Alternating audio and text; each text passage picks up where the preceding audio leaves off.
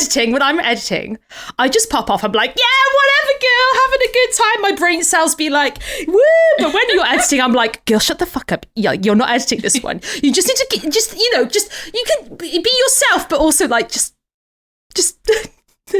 That's how I feel. What? Never. What's happening? What? Oh don't no! You feel like that? Don't you feel like that though? It's like, when I'm editing, I dislike myself all the time. It's not just a podcast thing for me. No, but it's freeing when you're editing. It's like, yay, woo! But then, like, don't get me wrong. I trust you to edit all my farts out and whatever. But like, I've never heard a fart. To be fair, 60 odd episodes. To be fair, I don't tend to fart like on recording. I kind of fart out in the world, but not here. Yeah, right. It's like a magical barrier somehow. It does. It's true. Yeah, I don't think I've ever just let out a silent one. Well, as we've already established, when we're together at my parents' van, is I save my farts until you two go to bed, and then I stand outside and let them know mission one. As we know. Yes, we know. Yeah, well established. Let them loose, like Pandora's box. Open that shit up.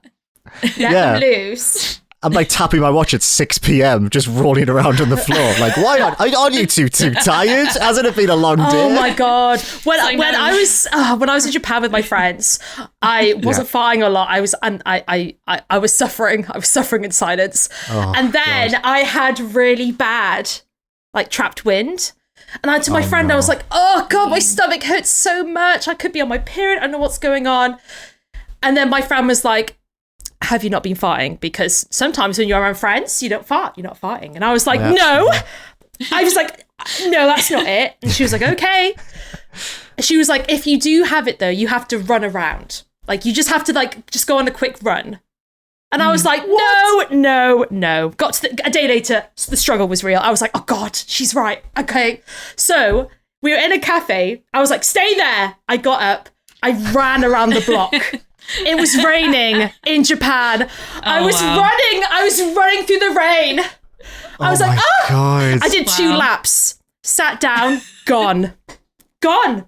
If you have trapped wind, just do a little jog. It's all good. Where did it go? I think it just shifted, and I think it did release, but not in a way that was like, it wasn't a big deal. My body just went, oh, okay, psst, you know? I don't know. I feel like you fell to your knees like a bit in the Shawshank Redemption when he's in the rain and he's just escaped from prison. Spoilers, I guess. And you screamed to the heavens as you just let out just the biggest guff. Yeah. The clouds cleared. The sunlight returned. It did feel so good though. It was so painful, and I was like, ah. So the moral of the story is just release. Release, right. So when we're together again over the summer, you'll give me permission to just fart constantly, because no one wants that. My diet is terrible. It's like a real indicator of where you are in the friendship though, right? Because currently we're at, I'm not going to do it, but I'm going to tell you that I need to. So that's where and like, I mean, I think we're at that point in friendship, like day one, but yeah, that's true. I don't know, just like that, like, there's this need to retain some mystique. I don't know what you're talking about. It's like it's a new moment in any relationship, whether romantic, platonic, even familial. When you're just like, I can probably just let it go. Yeah. Honestly, I think the only person I've ever farted in front of, I'm now married to. So I'm worried what will happen if I fart in front of you two. I'm the same. I mean, I fart in front of my siblings all the time, but it's literally my siblings and Henry, and that's it. No one else. Yeah, I just can't. I can't bring myself to do it. But now, when we next go to the van, let's all fart away. Let's all pinky promise that we won't keep them in. Fart together in unison at the same time. Oh, this is edging towards pee pee poo poo, and I know that I am the instigator here. So you're not editing. This is great. I can keep it in. So this is a cold. So what we do is we don't release an episode for like a whole month. We just all mysteriously disappear, and then we come back, and this is the cold open, is what we're saying. Farts. Yeah, I think so. Okay, no, let's maybe acknowledge actually that we haven't recorded for 6 weeks. You know, we're very excited to see each other. We're aware that we took a bit of extended break. I would like to let you all know why that was. So after I spoke about Wicked Seed on an earlier episode, the government literally cut my genitals off, and that's why I haven't been on the podcast for a while. The second I was ever so slightly horny, Keir Starmer turned up at my house with a pair of scissors, and that's what I've been recovering from. Yes, this is the version of the story that we heard as well. So. Yeah. I did actually get a vasectomy, but it's funnier to say that was the reason. Not Keir Starmer as well. Oh. No. I can't do a Keir Starmer impression. I'm going to try. Who can? What is there to do an impression of? I'll tell you what. Here's a Keir Starmer impression, and just put a fart noise here. Incredible. Yep. Because I can't do it on command. Yeah. 3 fart noises in unison to represent our incredible ritual we'll do over the summer.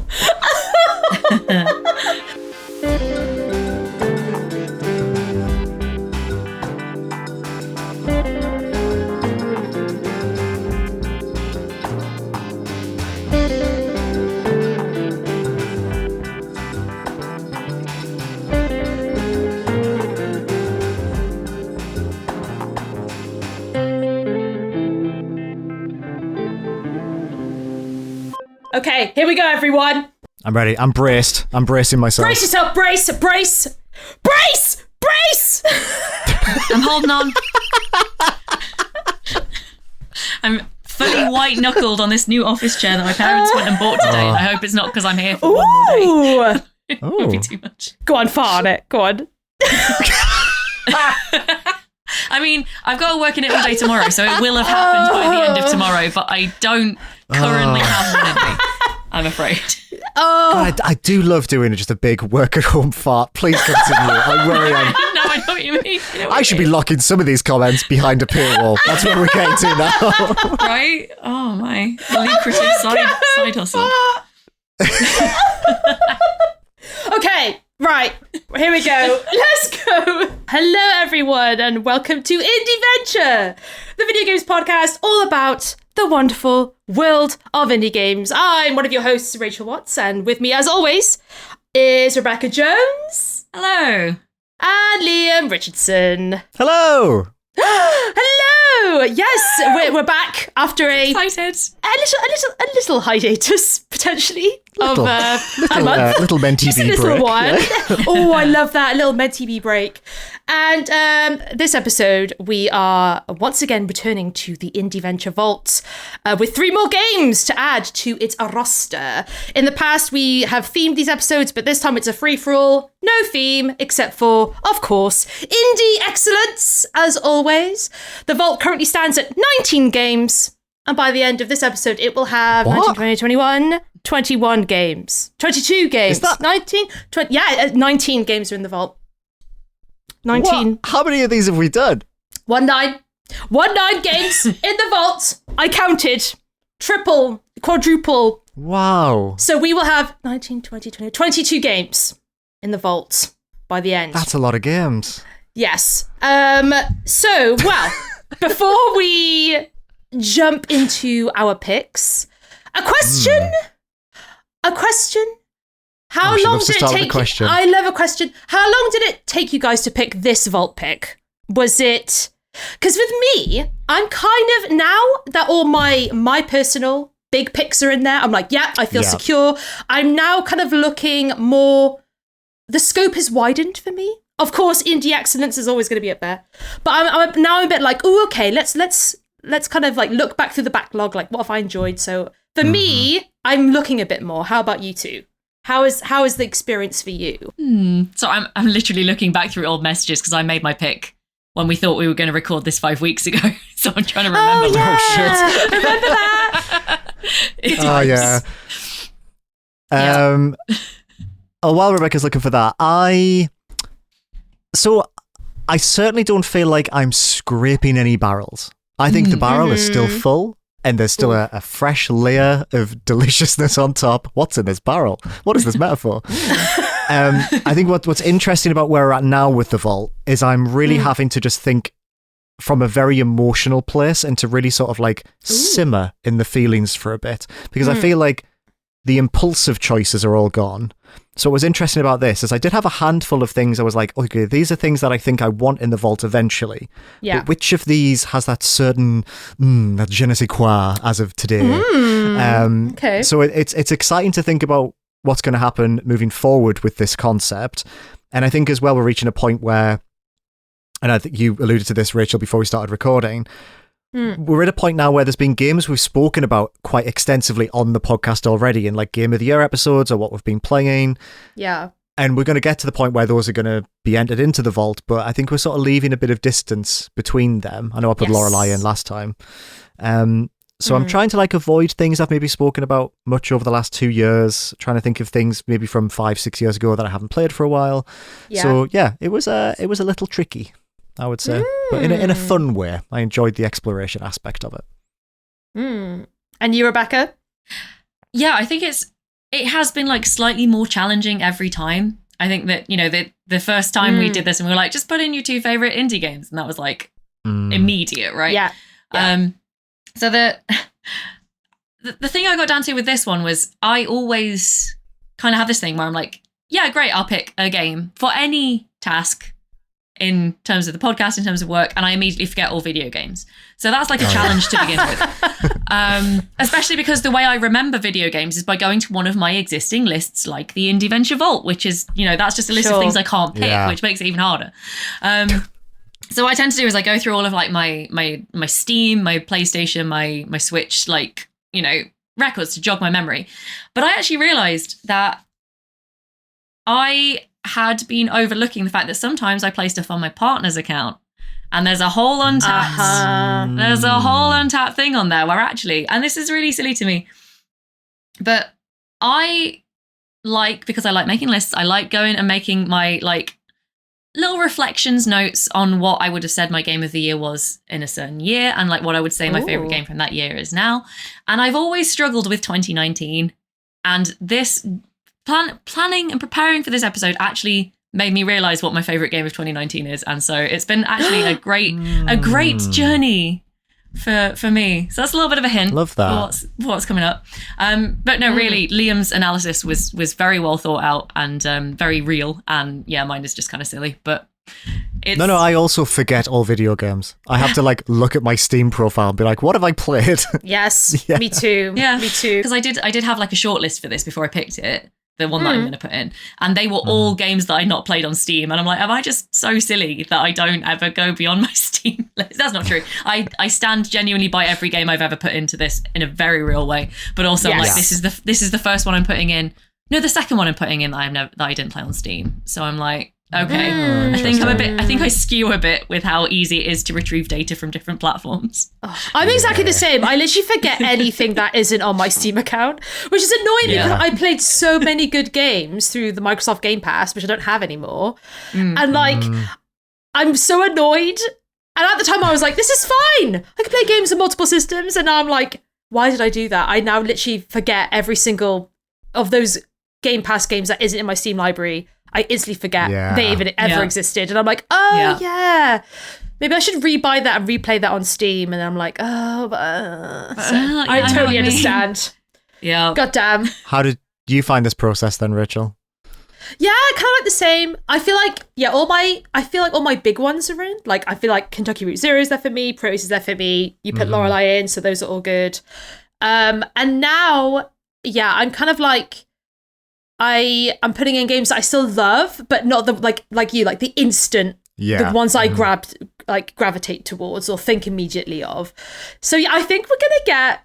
It's interesting. I think we're gonna get more niche as well. Like I think all the ones we've talked about a lot on the podcast, like naturally, we've kind of all put in there. But there are a few. There are a few. We're gonna wait. Apart from Lorelei, gonna percolate still a little bit on it until we can put them in. Because recency bias. Yeah, that was an interesting conversation we had, Rachel, actually, wasn't it, when we first talked about doing this episode a few weeks ago, was that we both realised that we were deliberately steering ourselves away from games from the last 12 months whenever we did this. Because obviously, like, I did mention, like, Blueprints would be an obvious one for me, but it's not happening until 2027 because I'm like, I need to sit with it for a full calendar year before I know it's the right choice. Yeah, we need that update as well.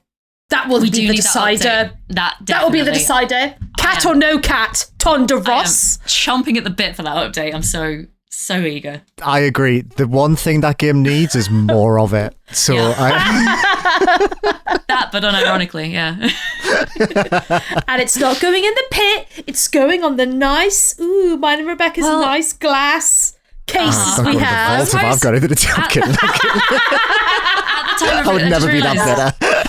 The first anniversary is coming up like a couple of weeks after we record this. So by the time this goes out, we might already know when the update's coming. So I don't know if this will be...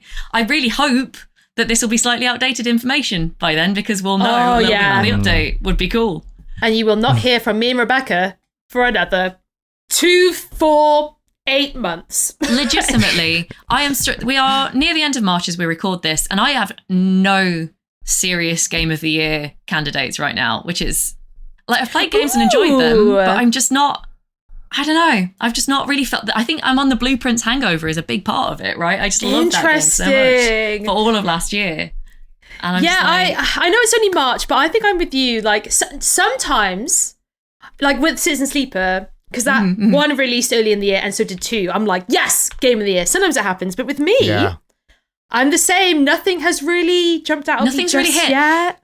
And like extending it just past the indie bits that we do and into the games I've played more broadly. I've played 70 hours of Heartopia, and not because I don't love it, but not because I think it's Game of the Year, just because it was really, really something I could do for such a long time. Yeah, sure. But I'm like, it's not Game of the Year. In the first episode of this year, Rachel made a joke that this might be the year where, because we were talking about what we want to, what do you call them? New Year's resolutions. Yes. And we were all three of us were like, we should play what we want to play. We're not going to worry about it. And I remember really vividly, Rachel, you said to me, I bet this year Liam just plays AAAs. Oh God, did that monkey paw curl? Because I've been very burned out. I won't lie to you all. Past 6 weeks, very burned out. And all I've been doing is playing Overwatch and Pokémon Pokopia on the Nintendo Switch. And I've played about collectively 80 hours of those two games. You can't spell Copokia without cope. Yep. That is not inaccurate. Girl. This morning, Yoli said she needed something from me, and it took me 15 minutes to go see her. And she was like, what were you doing? And I was like, Vulpix needed a house. You expect me to come up straight away? I was busy. That's where I've been at. Yeah. Amazing. Love that, though. Yeah. I need to start playing some indies. Maybe. Yeah. What's this podcast about again? It's about farts, right? I think I'm fine. I think it's just about whatever we say, and we don't like.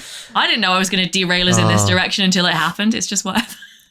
Derailed. I have off been the playing edge. indies. Been playing a certain Golden Idol sequel, which I can't wait to talk about in a future episode. I've seen you getting achievements over the last couple of weeks, and I've been like, yes. What a thing! Can't wait to talk about that. Oh my God, I'm so excited. Please let me know when you finish it and what you think. Just DM me. Just tell me everything.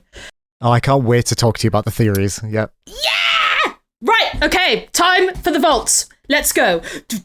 Walking.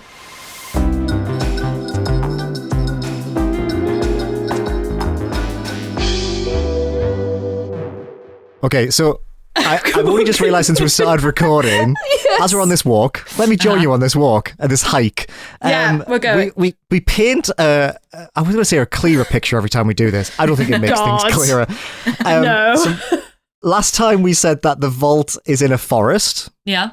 Okay. And it's embedded into a mountain. And on the side of the mountain is like a Mount Rushmore of, I think, us three and Bjorn, maybe is what we said. Maybe not Bjorn. Oh, God. Maybe Ed. It could be. Yeah. So yeah, we're at the vault now. What's the weather? What's the weather like today? Well, I think we have a clapper. We have a clapper outside for the sun, so we could clap it on.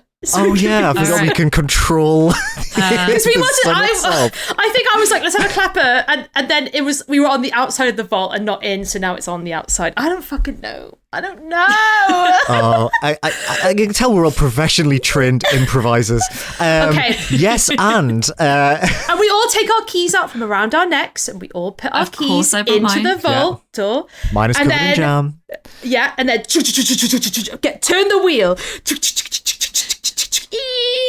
That's more like a wooden door noise. It's more like a... No, it's made out... Fuck it, it's made out of wood. It's a wooden vault door. Stop.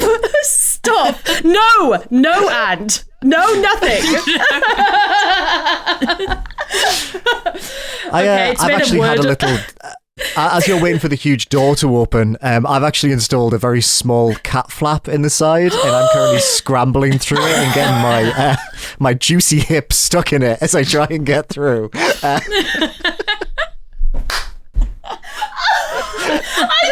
seen so many TikToks of like fat cats getting through like a cat flap in their ass, just being stuck, and then little legs going like catching. That's what you are. You're like, yep, that's me. Yep, I'm just so excited for the pit. Oh dear. I scramble in. I jump in the pit. The pit, my beautiful pit. Oh God, he's in the pit again. Nothing else to really say about it now. I feel like I've probably said every joke that could possibly be said about this. This pit. We're inside. There's stuff and a body and whatever. Okay, cool. Oh, of course. I forgot that we were slowly filling this place with corpses as well. Wow. Yeah, that really paints a picture. I guess there is stuff here. Anyway, who's got the first bit? As I say, anyone bring any other corpses before we... I promise I love this bit. I promise. Yeah, I love the bit. Liam, talk about the pit again. It's so funny. No, the pit I love. Because the pit was the OG. We all decided and that was OG. Yeah. Mm-hmm. I think, yeah. So... I would just like to quietly, just before we start, just add another couple of corpses to the pile. I'm not going to say whose they are. I'm not going to say where they came from. I have been dragging them this whole way. One in each hand, by the collars. They're just on the corpse pile. They're on the corpse pile now. Love that. Are they video game characters? I declined to make any comment. Don't like that you didn't know. Okay, well, that's worrying. Yes! I declined to make any comment. People are free to imagine what they wish to imagine. Okay. But I feel like I don't really... I feel very different energies from you two here. I feel like I haven't contributed much to the decor in here, and I had some stuff that needed storing, so I thought two birds with one stone. Okay, yeah. Liam, I want the dusty pile of beyond bones. Liam, I want a wooden door. No, Rebecca, corpses. Yes! Women's wrongs. No, I respect that. Yeah, you should shoot me down more. I've always said this. No, never. Right. Okay, we're in the fucking vault. Vault. We are. How should we order this? Who wants to go? I literally completely forgot what you guys' picks are. If we do it by chronological order, it's Rebecca, me, you. It's me, yeah. It's me first. And then okay, I like that. Are you happy with that, Rebecca? Yeah, sure. Like I say, it's like there's no amount of prep I can do in the next 25 minutes that will make up for my utter lack of preparation in the rest. Love incredible. We're back. We're so back. Yeah. Okay. So let me just add to this bit that Rachel loves. You now need to go sit in the God Emperor chair, and we have to sit on the floor and listen to you intently. Actually, I do like that. I like that. What came to mind first was, the swimming people who have to look that no kids are drowning, and they're sitting on one of those high chairs. Oh my god, I love that. Oh, okay, it's that, but painted gold. It's like really poorly painted gold. Please let me be in a lifeguard chair. That's the level of power that I aspire to. Yes, please. And a whistle. Oh, and if you're up there, you have to put the skull of Bjorn over your head. Just rest on your head like a crown. Yeah. Okay, but have you ever been to a pool in Disneyland and seen the lifeguards there? No, honest that is to God, such a specific question. Because they're dressed like Tigger and Winnie the Pooh, and they cannot save anyone's life. Oh, that's so fucked up. No, they're literally like it's a military operation. I'm not even joking. Really? So we went to one of the pools in Disneyland and we were just chilling at a hotel. There was the one lifeguard that got there and he was like back and forth, actively looking back and forth, like walking along. And I was like, oh, this guy's a bit much. I think it's probably just his vibe, just his thing, you know. It's, you know, you do you, girl. Yeah. You do you. Another one comes along. They switch, shift, switch, doof, back, forth. She's looking.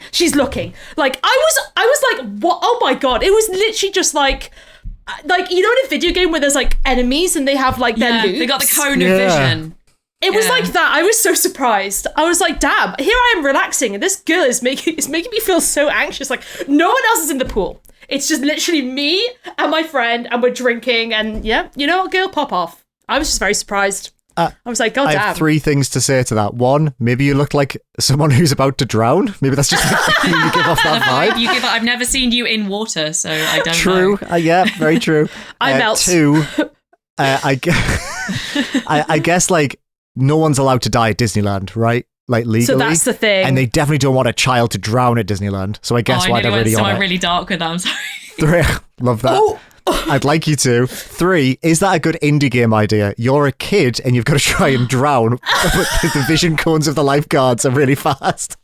Oh, was it like that game that was popular a few years ago? It was like the baby that's got to try and do all of the most self-destructive baby stuff. Oh, yes! That tries to stop you.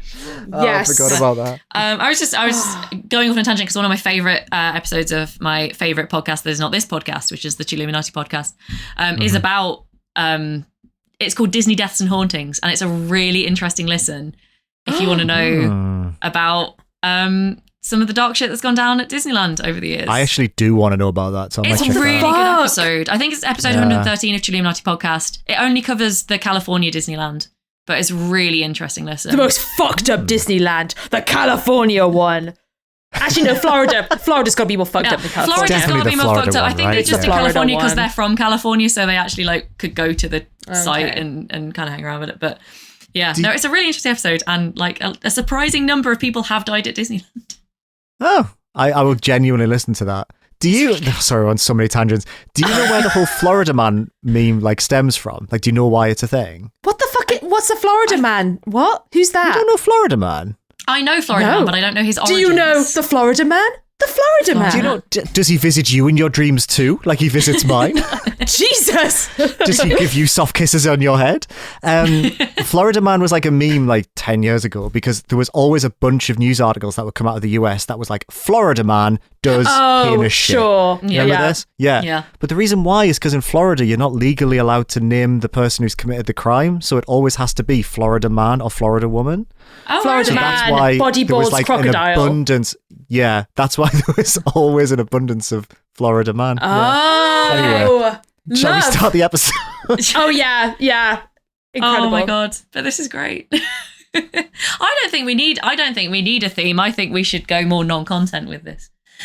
This whole endeavor. Love that. All cold open episode. That's what I listen to. I love that one. That was fun. Yeah. So fun to do. So good. So fun to do. So right, girl. I'm going first because as I teased earlier, my game is from 2019, which puts me earliest chronologically, and as I say, a lot of thought process went into this. I had a bit of a shortlist for my pick. So obviously Blueprints sprung to mind, but was out because it's still too recent. I mean, yes, I played it for 150 hours last year.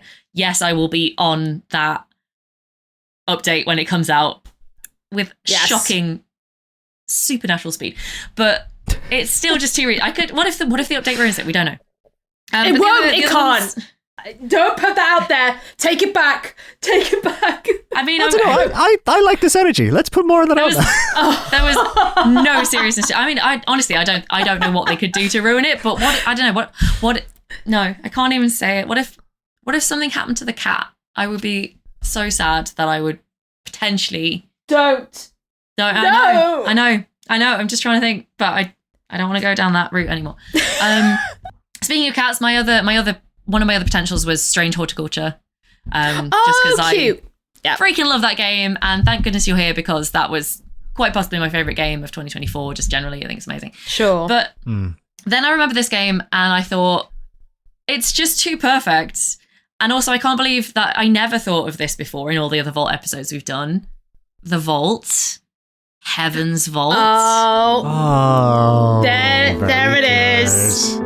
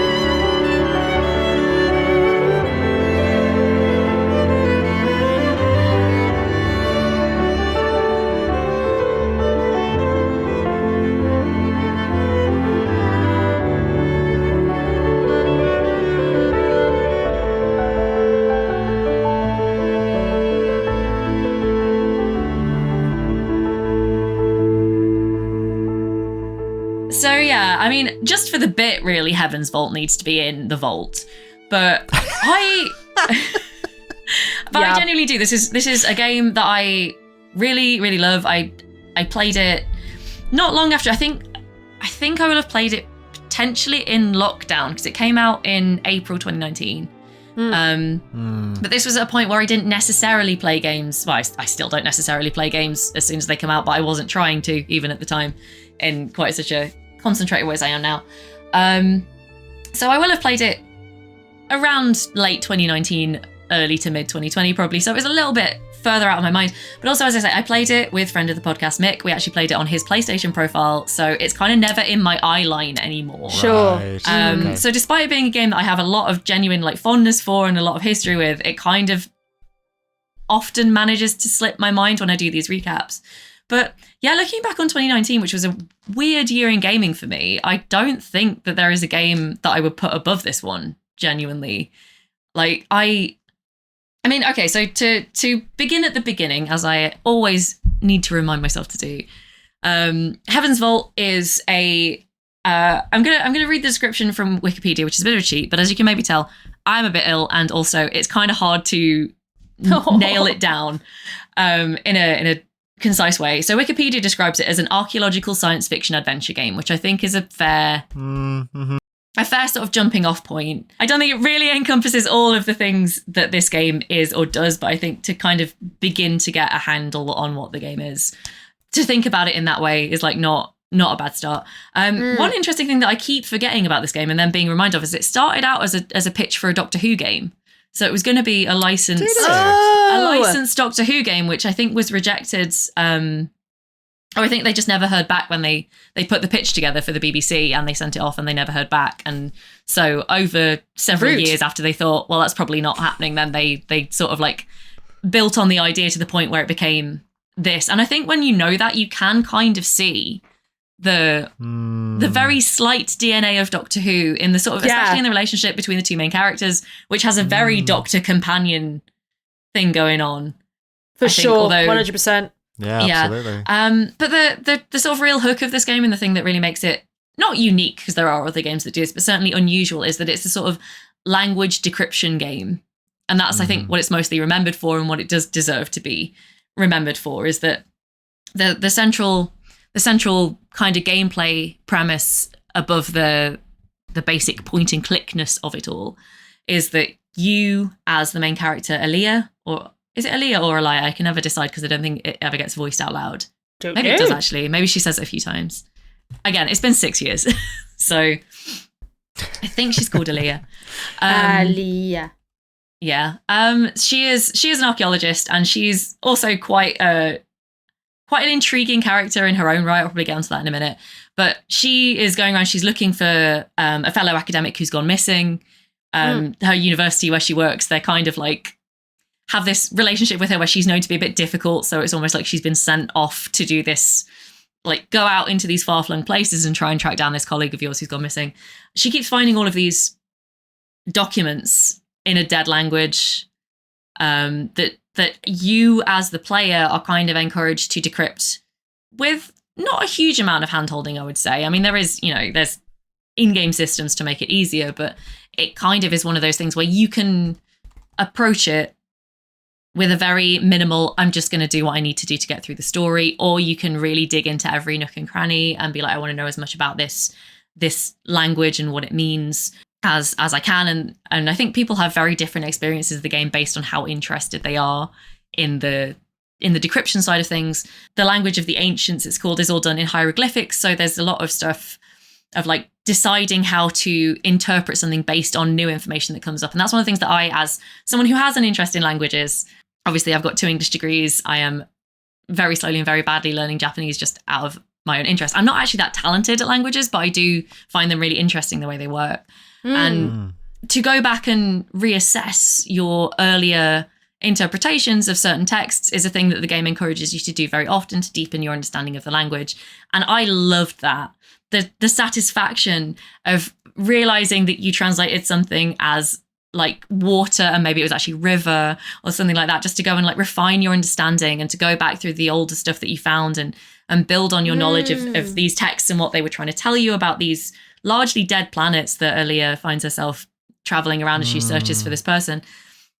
It's just a really intriguing, it's, as I say, it's not completely unique, but it feels just so different from most things that you'll find yourself doing. I play a lot of these mystery games where it's like, okay, pin all the clues to the board and then like find out how they relate to one another and how they attach to one another. I play a lot of games like that, and it is essentially doing the same thing, but with a bit of a twist that I found so compelling. And also, it's one that I played with my partner, and the aforementioned blueprints thing, right? It's not a coincidence. We love playing puzzle games together because we have very complementary but very different puzzle solving approaches. And it's a great one to play, as I say, if you have someone else in your life who also really enjoys that aspect of puzzle games. It's a really satisfying one to co-play. And yeah, I mean, that in terms of character, I think it's worth going through as well and just saying, like, Aaliyah is a fantastic character, in my opinion, just as a female character who is just unapologetically a bit of a dickhead, but like not, but like she just isn't interested in people generally. It's like there are a lot of other characters in this game. There are people who interact with her a lot, but she kind of just wants to. I worked in university for many years, and the trope of the academic who kind of just wants to be left alone with their study and not bothered by any sort of administrative nonsense or anything that's not to do with their particular interest is like, it's pretty real. And I warm to her a lot, I think, just because, you know, there's the obvious, like, how often do you get to see a female character who is just kind of rude and standoffish and just not interested in people? And yeah, people push back on that, but she's, you know, narratively not portrayed as being in the wrong for that. I think you're very much left to draw your own conclusions about whether maybe she's just surrounded by idiots like she thinks she is, and you know, maybe some people she should maybe have more patience with. But you know, it's just I like that it's sort of, it's just a fact of the setting is that she is not the nicest person, but she's not the worst person either, and that's a nuance that you often don't get to see. The fact that, you know, it's perhaps never really called attention to, but the fact that it's a woman in a headscarf who gets to do this is also quite like a significant, you know, again, that's just how often do you get to see that? For sure. You know, it's like, you know, any woman of colour getting that sort of like nuanced portrayal where she also gets to be the unambiguous hero is just super rare, and it's super nice to see. And then we have the other main character, who is Aaliyah's companion, who is a robot called Six, who she absolutely hates. But not significantly more than she hates everyone, but maybe a little bit more than she hates everyone. And I do think that Six, when you know that this game was going to be a Doctor Who licensed game, and you see the way that Six is, I think you can see the sort of like tiny bit of this is probably where the Doctor would have been in the original narrative, because Six is almost like a sort of like quite a detached, quite a humorous, almost like supernaturally other creation who is sort of theoretically there to help Aaliyah, but seems to have their own agenda going, which becomes obviously more of the story. They're kind of always at odds. So you think that if this was a Doctor Who game, you wouldn't have played as the Doctor? The Doctor would have been your companion? I think Aaliyah would have been a companion to the Doctor, and that it's my interpretation. I don't know if that's sort of like the universally accepted version, but I do think just because 6 kind of has that, without going too much into story spoilers, because this is a fantastic game and also a novel series now as well, which is well worth picking up. The 4th book's coming out sometime soon and is going to actually finish the whole story as I understand it. But because 6 is, I think, kind of older than most of the humans in the story, and because they have this kind of like, sometimes they're a little annoyed, but mostly they're a little detached, and they're a little bit like kind of a know-it-all, kind of throwing in bits of information to help, but also kind of pulling back sometimes and just being like, oh, I can help you with this, but then like figure out yourself. I think that's probably where the doctor role would have been. Interesting. I think there was an article where they worked out who the companion probably would have been based on the like production timing, but I can't remember my Doctor Who companions. I think it might have been Clara, just based on the time. I can't really remember. But yeah, I just thought that was and another thing to this, like, as you can probably tell, so many things I could sing the praise of in this game, but the art style as well, I think, is just another. Yeah, it's a very good looking game. It's like it's again quite a unique looking game. The way it's sort of like this sort of comic book watercolor. Yes, it reminds me of Monstrous without looking like Monstrous. It has a similar sort of like approach to the color palettes and the character design, but it's like very much, I think that's probably just, guy who only watched Boss Baby. I don't read that many comics, but like it's. I'm thinking about Monstrous a lot because they just announced the TV show. I know, that's ever since I saw that meme, I'm like, oh god, that's me all the time, isn't it? I reference it all the time to everyone in my life. It's got to the point now where it's such ancient internet like lore. Everyone's like, what the fuck are you talking about? I just realised as well that Boss Baby Miles Edgeworth is still our group chat logo. It is. Of course, yeah. Just, love it. I've never even seen Boss Baby. I don't know where this is coming from. Well, we'll have to watch it together. Well, oh my god, yes. Yeah, let's add it to the list. Hold on, yeah. Boss Baby. It's going on the list. Oh. Yes, so I do genuinely think just like gorgeous visuals. The way that the characters move through the environments is really interesting as well, because it's kind of, in terms of, being quite an indie production, obviously Inkle is not the smallest indie studio in the world, but neither is it the biggest. I kind of love the way that the characters change, the sprites change pose, they kind of fade out, the legs fade into the background when the characters move. It's all just very clever ways of giving it a very unique visual style, while also obviously working around like production constraints like budget on animation, for example. So it's quite cleverly done in terms of making it a memorable visual style that also, I love stuff like that, as we know. And yeah, I'd love to discuss the plot more. But 1, yeah, it's been 6 years. I wouldn't want to go into detail. And 2, if I could remember, I wouldn't want to spoil it for people, because I really do think this is one that people. Because but the thing is, with the joke I made on the Vault, obviously I want to talk about the title, but the title becomes relevant in like the last 10 minutes of your first playthrough, and I'm like, right, okay, fair. Probably should keep that under our hats. But yeah, it's like a heavy recommend. If anything I've said about language decryption, about modern adventure games, about sort of sci-fi that could be potentially a bit adjacent to Doctor Who if you're into that, but also is not overwhelmingly Doctor Who flavored if you're not into that. All of that. It is a lovely game. As I say, in my mind, it's very linked with Blueprints because of the way I played it. I played both of those games. And so for anyone who's like Rachel and I, anyway, trying to scratch that Blueprints itch, like if you haven't played this one, do consider it. Yeah, I love to see it. Heaven's Vault, when I played it, I didn't get too much along with it, but I love that it's in our vault, because I just feel like when it came out, like language deciphering games are like a thing now, especially in the puzzle space, Chances Sonar, all that stuff, Tunic. When this came out in 2019, there was nothing else like it. Nope. Language deciphering games were not a thing. Or one of the first ones. 100%.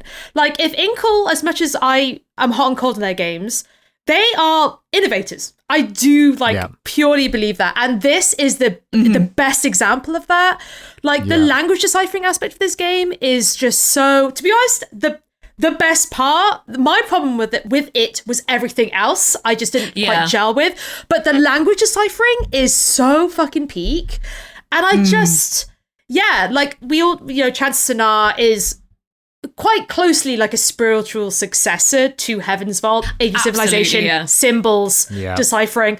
And as much as I love Chances of Sonar, the theming of this one in terms of history, our interpretations of history, kind of like TR49, how we remember history, how history is written down.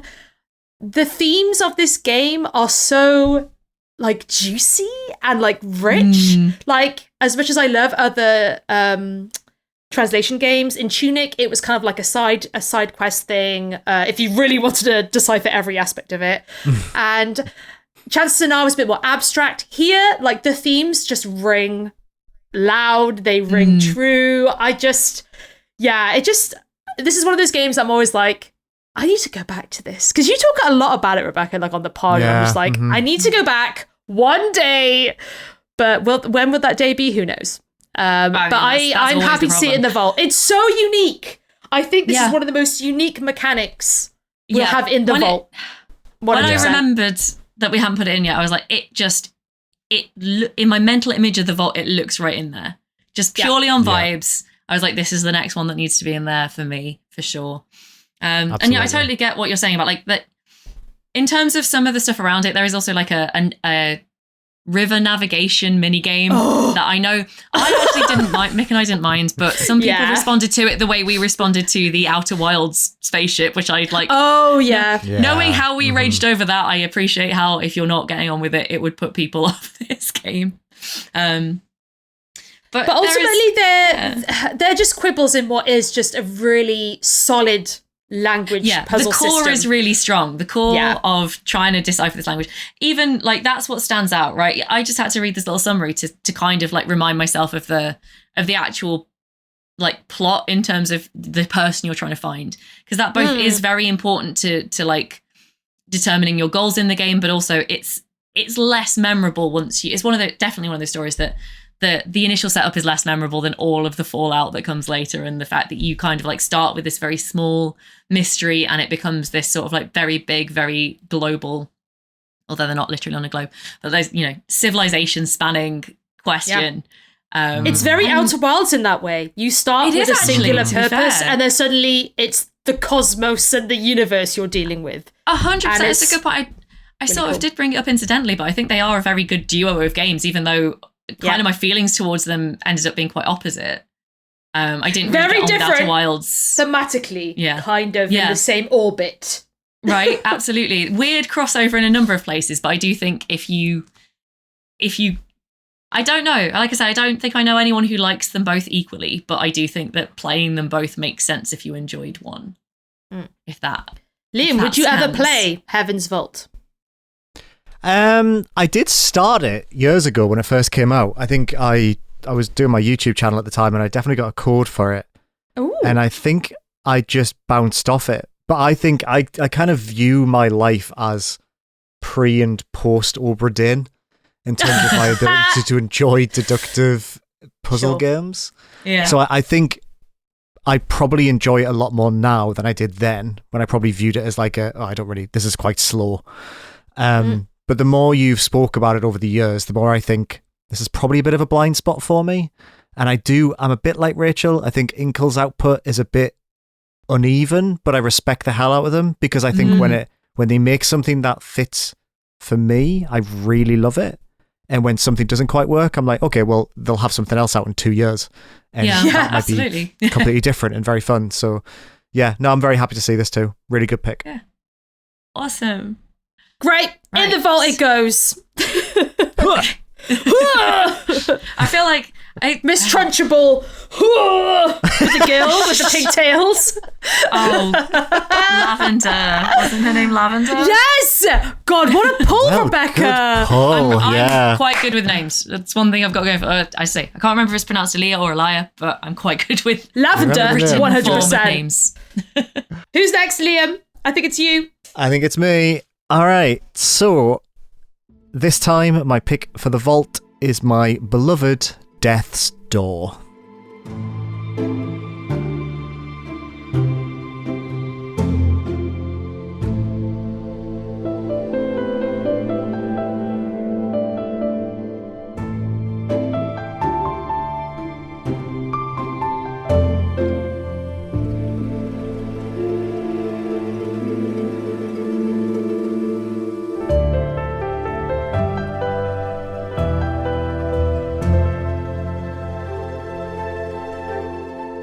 like Rebecca, I've not played this game since it came out in 2021, and I had to watch my own review earlier to remember what I thought about it.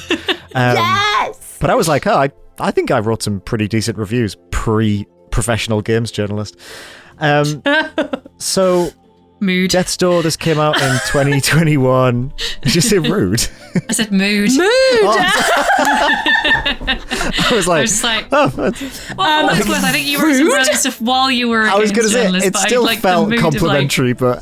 Yeah, no, I understand what you mean in both senses. Yeah, unshackled from the stress of games journalism, I think I maybe had more interesting things to say about games. Anyway. Incredible. So this came out, like I said, July 2021. It's by Acid Nerve. They had made one game previous to this called Titan Souls, which I'd never play, actually. I should maybe look into that. And it's published by Devolver Digital. At that point in time, I was playing anything that Devolver Digital were publishing. So this game is about a very small crow that is a reaper. The crows in this world collect souls when people die, and they work for a bureaucratic organization where there's lots of crows typing on typewriters, and all of them they exist purely to reap the souls of those who've died. However, something has rotted and changed in the world, and now no one can actually die. These human beings have basically lived for so long that they've warped into these horrific, almost like caricatures of themselves because they just keep persisting beyond their natural life. So your game is about trying to collect 3 large souls to open up the titular Death's Door.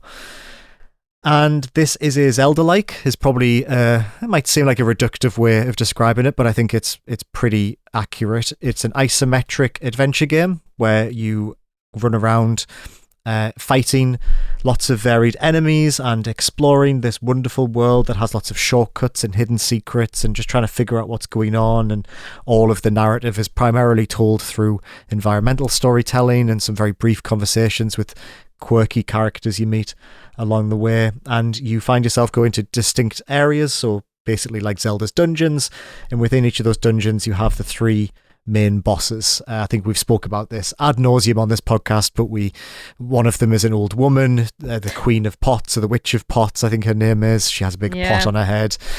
And there's a big frog lad.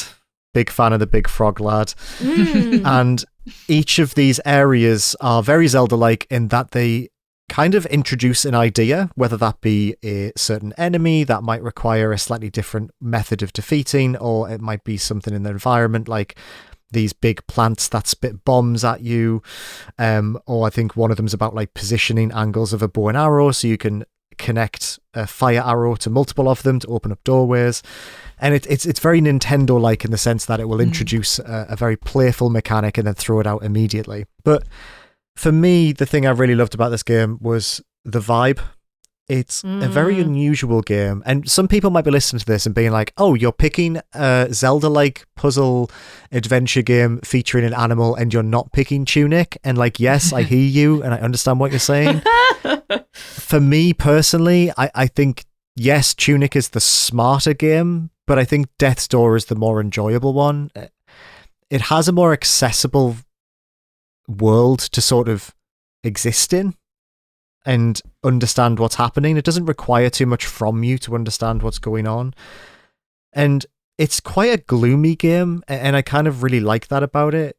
You are death incarnate, even though you're this cute little crow. Like, what you represent is finality.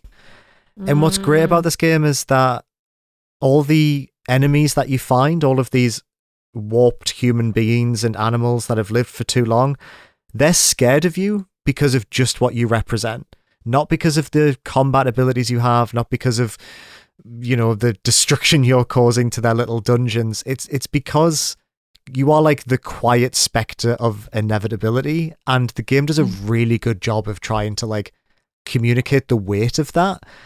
When you're first in the first area with the Witch of Pots, she'll sometimes just be in a room when you walk out of another one. So you'll transition from one space into another, and she'll just be looking at you, and she'll like say a few words to you, and she'll be like, quietly trying to almost dismiss what you represent, knowing that eventually you're going to fight her and you're probably going to win. And the whole game kind of has that vibe to it all the way. Wow. But then also it's funny. Some characters are really fun, and there's a guy called Pothead whose head was turned into a pot full of soup, and I think I've said this before on the podcast as well. There's a shopkeeper that's a decaying corpse of a fisherman with an octopus stuck to his back who's moving his arms like a marionette and pretending to be a human. So it has like a really dark sense of humor. The combat is impeccable. It is a Souls-like, but only in the sense that when you die, enemies respawn. But it's really fair. It doesn't have difficulty options for what I remember, but it has a lot of things in place to make it easier for you if you need it. So the currency, you don't lose it like Souls and Dark Souls. You keep it when you die. So you can go back to the hub world and pour more money into upgrades. It has a really cool mechanic where you get these seeds. And if you're struggling on a certain bit, you can put a seed in and it grows a plant. And that plant will give you full health. The seeds are a limited resource, but the plants persist even after you die. So there's a lot of mechanics in here for the game to basically become easier. But that combat is just sumptuous. It's so fast. It's so brutal. It's like Zelda supercharged. You've got, you know, spells and bows and arrows and this great sword attack, but also you can dodge roll like in Dark Souls, and all the enemies, their attacks are so well choreographed, and it's just a very readable game. It's very easy to pick up and get into in a way that I actually thought Tunic wasn't. I think Tunic's maybe a bit too difficult as a Souls-like. And like Rachel said as well, the music is just so beautiful. It just encapsulates that feeling I described. It's gloomy, but it's also slightly hopeful. It's just this sense of this world is dying, and even though you are death, you can sort of get rid of that inertia by simply existing. And the game really communicates that. And it looks fucking gorgeous as well. It's such a good looking game. These like softly focused dioramas and these huge, enormous bosses that you fight, and it's just such a thing to look at. And I just remember so vividly when this came out. I reviewed it I was playing it for like 2 weeks before it launched officially, and it was a really hot summer, and I think Yoli was away one weekend. I think she was studying at the time, and I just remember sitting in my room with the curtains closed for 2 days straight because it was too hot to go outside, too hot to open the curtains. Just like devouring this game its entirety. And it was one of those games where I played it pre-release and I was just talking to other people who were playing it in sort of like hushed whispers of everyone being like, is this really good? Like, is this a banger? Which in 2021 was kind of a big deal because there wasn't that many bangers back in 2021. It wasn't a great year for games. Weird year for Very weird year. Okay. I thought 2021 was pretty good, but... Yeah, well, it was great because Death's Door was there. Well, there we go. Yeah, there were some great games. I think it was a very quiet year. I think it was the first year where sort of the post-COVID was hitting. Yeah, it was hitting. Yeah, the effect was hitting. So yeah, I'm very happy to have this in here. It's a very special game to me. I think back to it fondly a lot, actually, even though the narrative might not be as tangible as other games I've placed in here before. There's just sort of like a bodily feeling for me when I think about Death's Door, of just that experience of playing it and the mood it sort of evokes. So yeah, I know you have played this, Rachel, because you reviewed it in the same issue of Play that both of us wrote for. Oh shit! Nice. What did I give it? What issue is it? Ooh. Maybe I have it back here. Oh, I don't know. Don't know how to find it. You talk about it and I'll try and find out what you give it. I remember I also really, really enjoyed it. I think everything you said was so on point. I just want to reiterate just how well made this game is. Like, sometimes you get like a game and it knows its scope. It knows it's not incredibly long for a game. I would say, maybe 10 hours, Liam? What would you say? Maybe that's... About 10. I think 10 is probably about So right, a delicious 10 hours. There's, 4 bosses? Maybe a bonus one at the end? Like, it's just really well-paced. Characters, incredible. Story, awesome. Combat, incredible. Everything is just done so well. It's just such a well-made game. It looks amazing. The music is amazing. Like, every aspect of this game is delicious.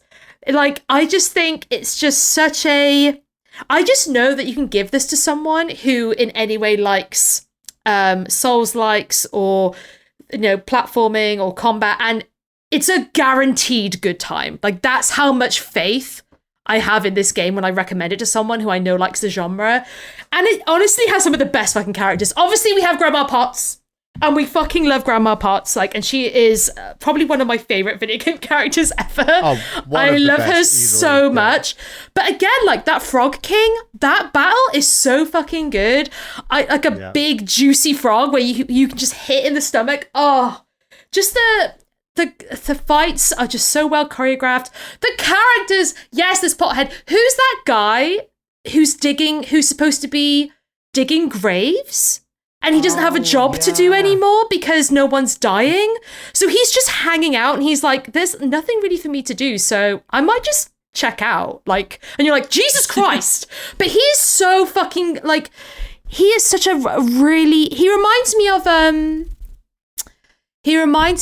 oh my God, the Wanderer from Hollow Knight. I just feel like there's something very philosophical about him. Something that, like, he's just so calm and he's very reflective and he's very cozy as a character. Like, every time I see him, I remember, like, he's very comforting, but in a melancholy way as well. Like, there's something very bittersweet about this game. And it deals with death, but I don't think it deals with death, like, very directly. It's abstract, but it's also not gonna, like, slap you in the face about, like, this game's about death. You're playing as death. This is what death means, and death in video games, and all this, like, kind of, you know, stuff that sometimes I can get a bit bogged down in. I just think it's just such a special game. I remember playing this as well and being like, it's just very special. And I also haven't played Titan Souls, but have they done anything since? I was looking earlier. There's nothing they've done since. I couldn't find your play review. I just looked through 4 issues of play and I couldn't find it. For God's sake! You know what? Never mind. I definitely enjoyed it. I don't know what score I gave it. It was probably very high. Yeah, love it. I'm happy to see this in the vault. This is one as well that I was looking at the vault now, like, you know, reiterating how well made this game is. I honestly think this is such a well-made game. I'd probably put it next to Hades in terms of, like, that quality of just, like, it's just a good fucking game. Like, it's just a game, you know? It's a game for the gamers. Capital G. It's so fucking good. Love it. I would genuinely say that, like, the top 3 classic Zelda games are Death's Door, Tunic, and then A Link to the Past. Like, I genuinely think that they've out-Nintendo'd their own game with these. Oh, yeah. Because I think they've just, like, obviously Breath of the Wild, Tears of the Kingdom, they're different games at this point, but I just think the classic Zelda formula has never been better than it is in those 2 indies. With what you're saying about death as well, I think it's almost quietly hopeful about the concept of obliteration. Like, it sort of presents this idea of, actually, this is healthy and it's right that we die. Like, it's not good to persist for longer than you're meant to. Yes. And that's such like kind of grapple with that as a concept. Like, it's obviously really heavy from an existential perspective, but there's something almost like weirdly affirming about it. It's just like this tiny cute little creature represents the greatest fear we all hold as a species, but there's something almost beautiful about the concept. I don't know, it's a really smart game.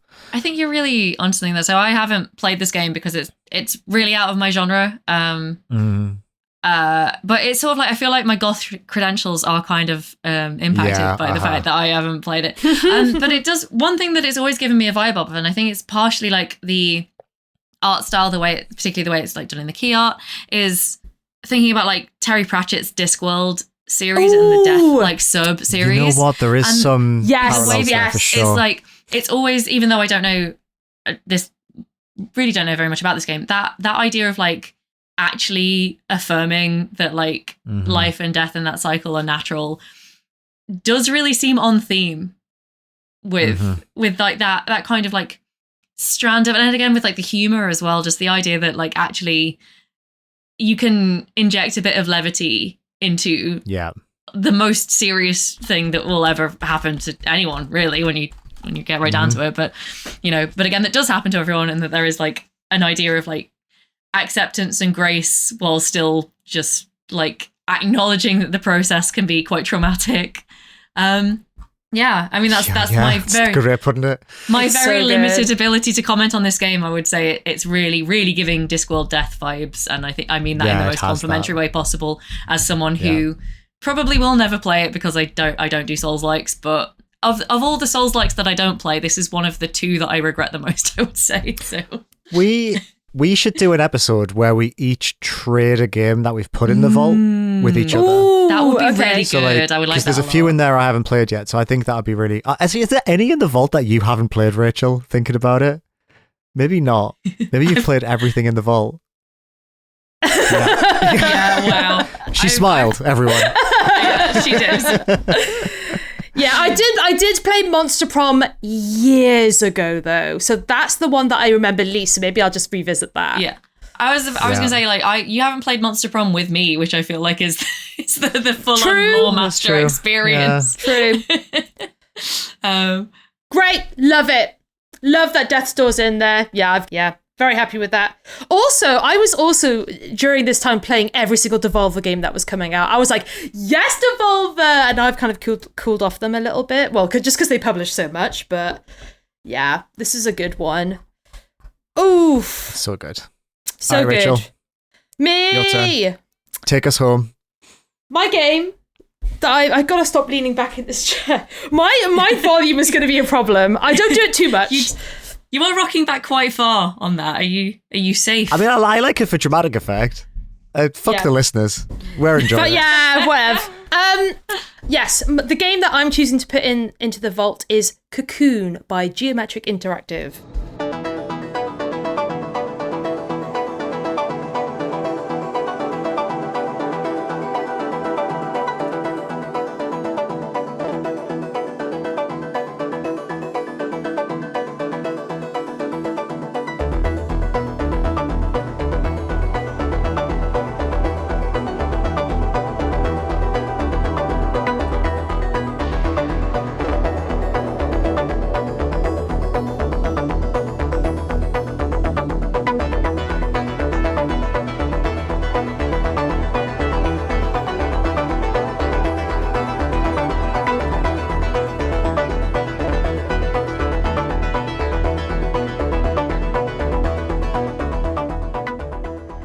Finding the soundtrack for this one. I'll use the same piece of music I've used the last 3 or 4 times we've done it. Okay, so I have talked about this game a lot because of various different reasons, but it is time for it to go into the vault. For those who don't know, I wrote a book about Cocoon. Please buy my book! lostincult.co.u.com lostincult.com/cocoon lostincult.co.uk Thank you very much. Love you loads. So I've written a book about Cocoon, but even before then I love this game a lot. It kind of made me think about quote unquote difficult puzzle games in a new way, and a lot of this game just kind of changed my perspective on puzzle games and changed my perspective on just how much games could communicate to you but through so little means.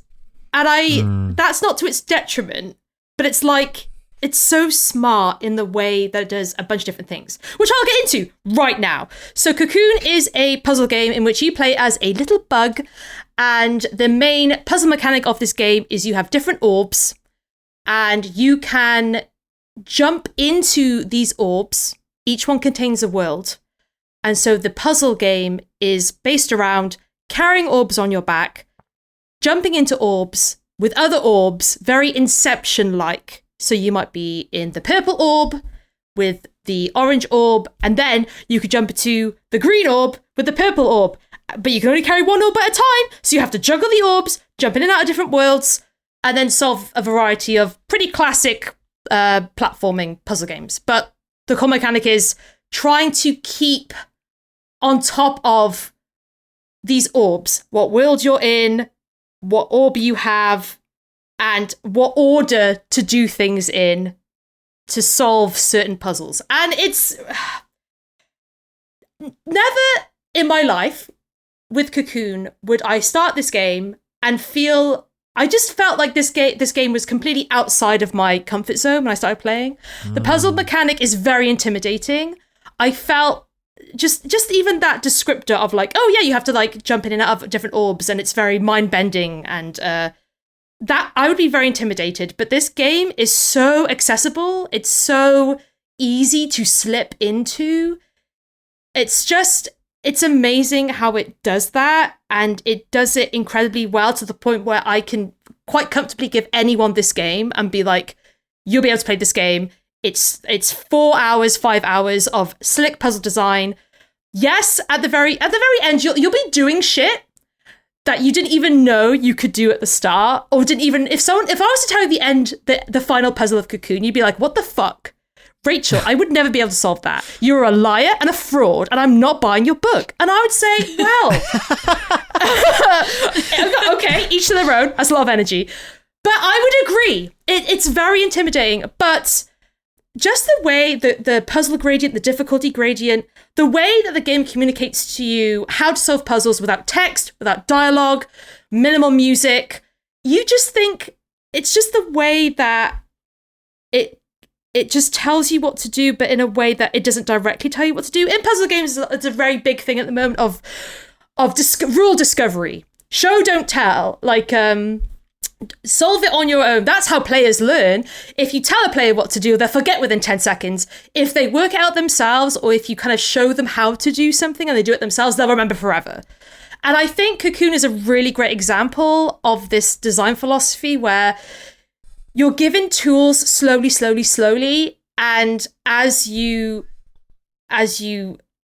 get more orbs, the orbs have abilities. There's even boss fights in this game, which is very unusual. I think when I tell people about this game and I say, by the way, there's boss fights, they're like, I'm sorry? You said puzzle game. Why am I now fighting a giant Mothra who wants to kill me? And I think that's just more of the aspect of the adventure game side of it. It's to do more with the world building, the puzzle, the design. But like we've said with Zelda, these boss fights are very much more puzzle orientated. They're like, how do I defeat this boss? Yeah. Like I said this before, no boss took me more than 2 or 3 attempts. They're more just for the world building and just kind of more breaking up the puzzles in terms of, I need a mental break. Let's beat this giant like moth up and then we can continue with the puzzles. I don't know.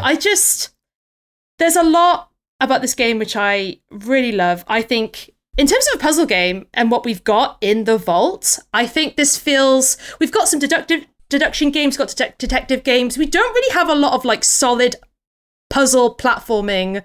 No. With a bit of combat. And so I'm quite happy to put this in and be like, this is a great puzzle game for the Vault. I just think it's so approachable. Mm-hmm. The world is interesting. If you love biomechanical art, or you like bug punk, this game is so fucking cool because there's this really interesting combination of when you're looking at something, you're like, is that mechanical or is that organic? Is it squishy? Oh, I love that. But it's such a...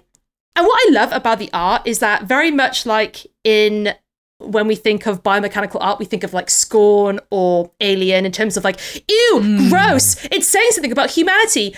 Ew. But in here, it's not so much like, this is the dangers of technology. This is a civilization that has taken inspiration from its landscapes.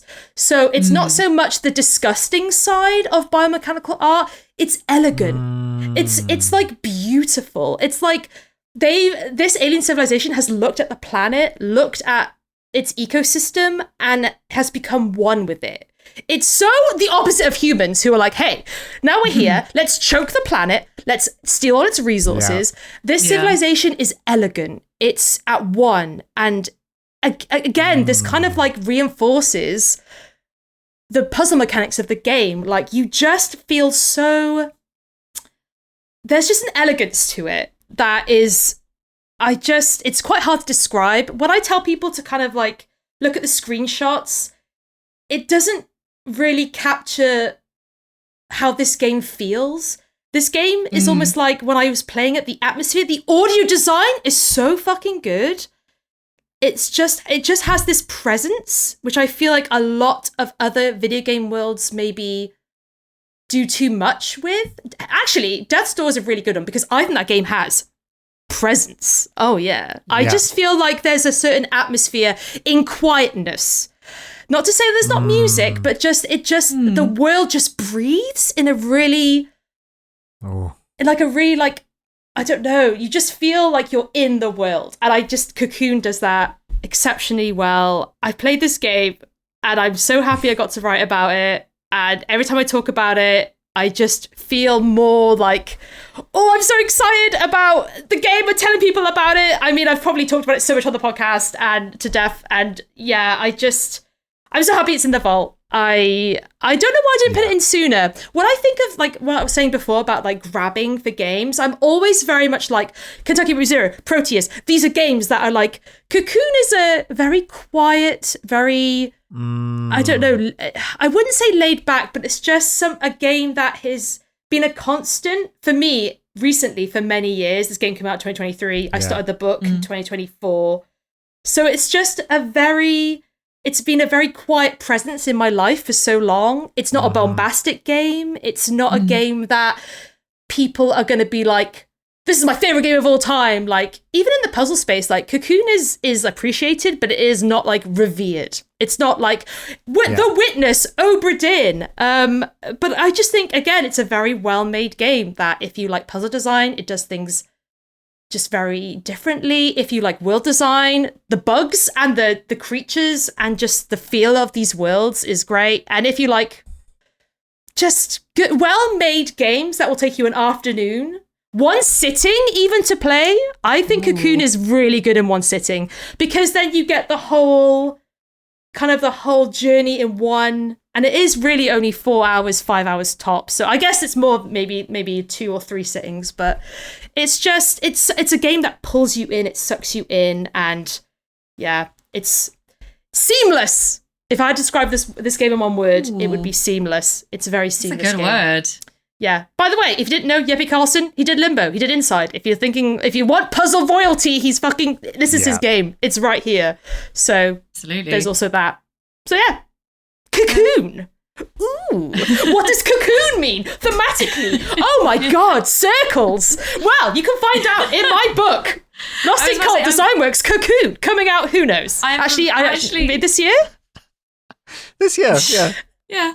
I'm actually really glad that you didn't put this in earlier, because I don't think you could have mentioned that you'd written a book about it. True. No, I was about to say that as well. Maybe that's what was pulling you away from it, was because you would be skirting near NDA territory for one thing. Yes, true. Anytime you talked about it publicly for the last 2 years. Yeah. Yes, buy Rachel's book. I really wanted to get in on that, but I had a massive coughing fit, which Liam has kindly edited out, I'm sure. But I wanted to scream. Buy Rachel's book. We spoke before we started that Rachel should shout, buy the book, because everyone should buy the book. We don't ask for a lot.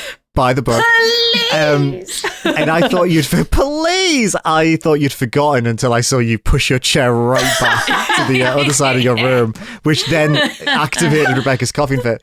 Yeah. What I was going to say is I've still yet to play this, which is a huge blind spot for me. But I've heard you talk about this game a lot, both on and off this podcast, because obviously it's been your life for a few years. And what always strikes me is that every time you talk about it, you have something new to say.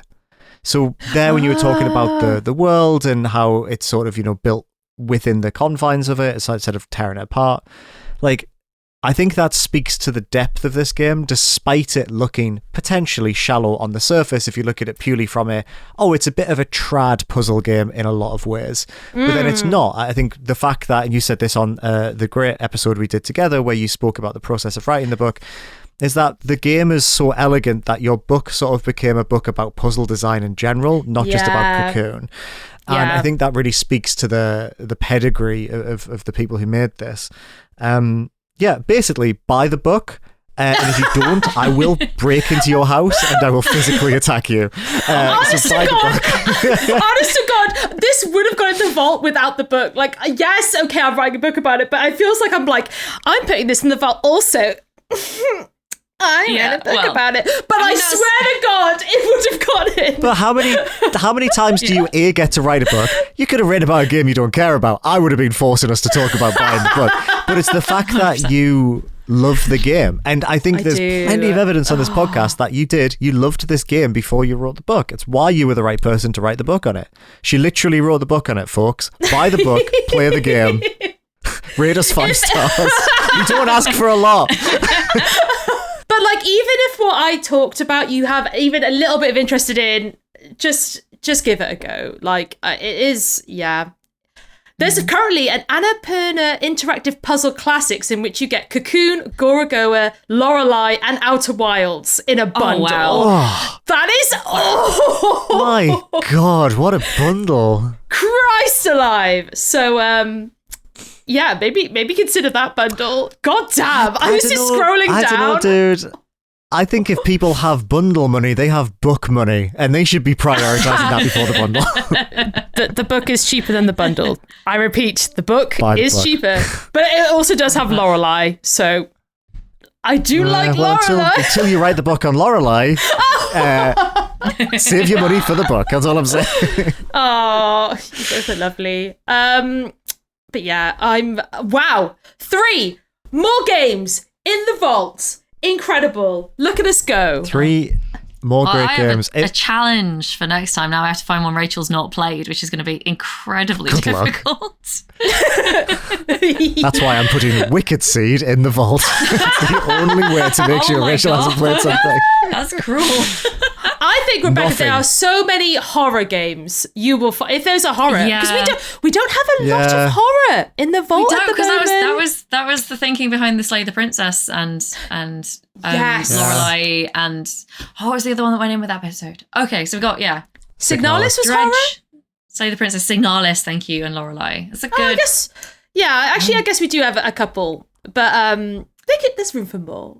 There's definitely room. I'd have to go for like a really deep pull that's like something less obvious. I think I just chew through indie horror so voraciously that I think if there's any game genre that I just like kind of, I've never been the sort of person who reads or plays or watches something and then just forgets it instantly. But with indie horror, I think it kind of is that part of my brain where I'm just like, what's this? Have a look. Oh, okay, that was cool. And then just like I'm on to the next thing.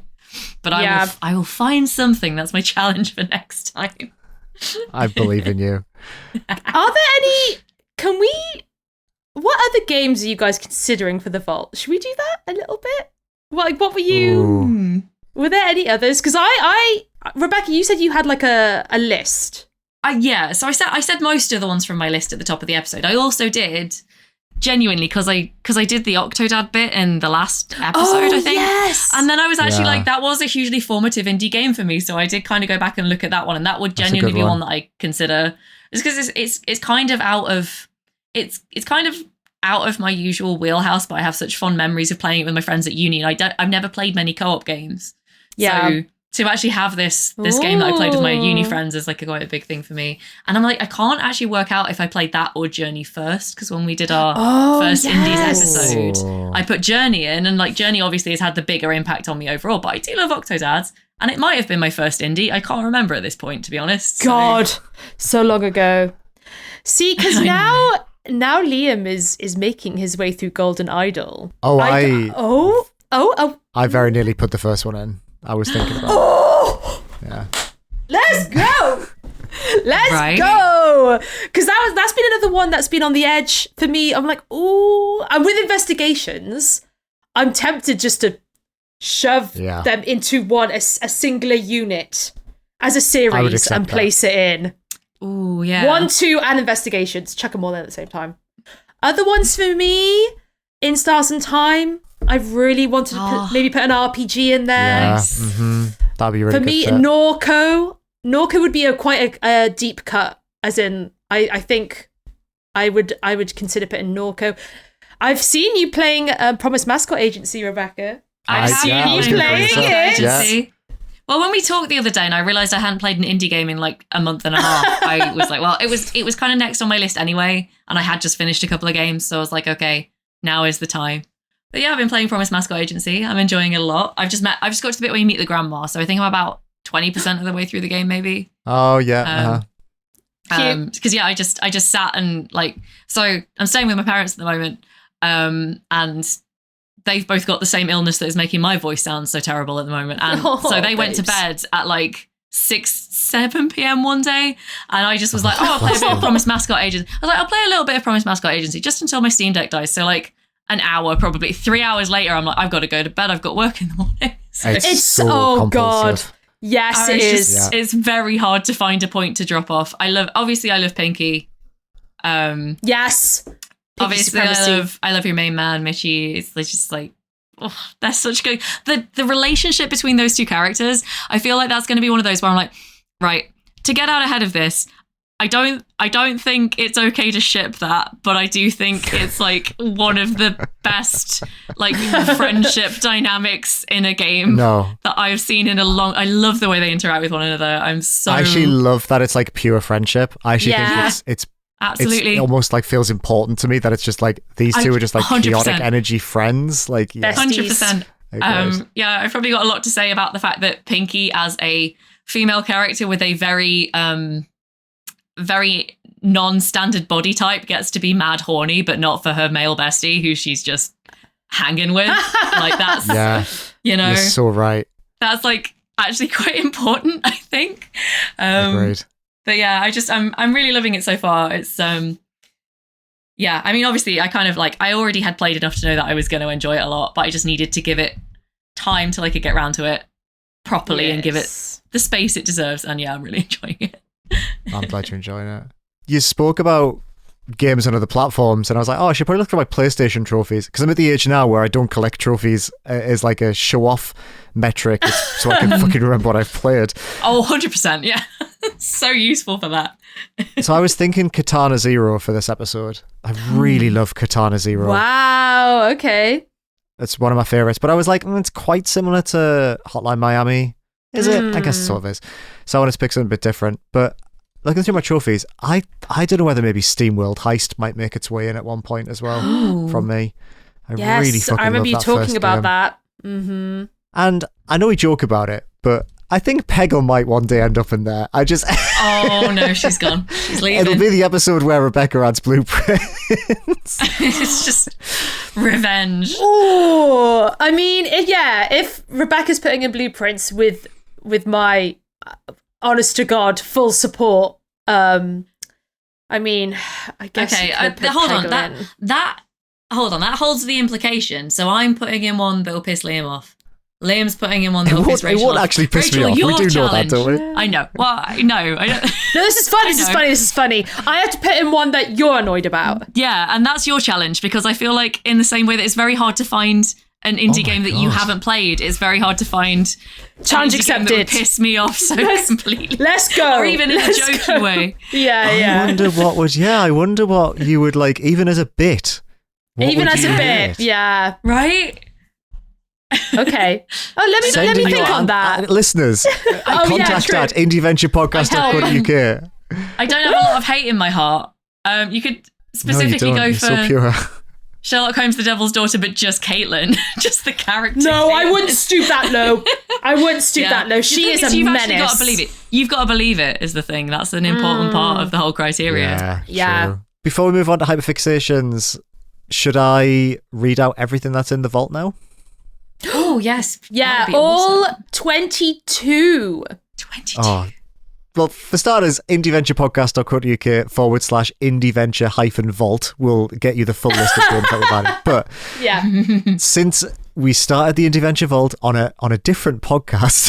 Oh, yeah, we did. Oh, yeah. Don't tell anybody, so please. Today we have added Death's Door, Cocoon, and Heaven's Vault, which will now sit comfortably in the vault alongside Signalis, Citizen Sleeper, Hotline Miami, Journey, Boyfriend Dungeon, Lorelei and the Laser Eyes, Dredge, Proteus, Slay the Princess, Vampire Survivors, Hades, Disco Elysium, Stardew Valley, Kentucky Route Zero, Firewatch, Hypnospace Outlaw, Return of the Obra Dinn, Monster Prom, and Paradise Killer. Now that is an impeccably curated list of games, doubly so when you think it's come from a podcast primarily about farts. So thank you for listening as always. Incredible. We got to keep that cold open in now. It's just it's canonized, the cold opening. Absolutely. No! Right, it is on to hyperfixations.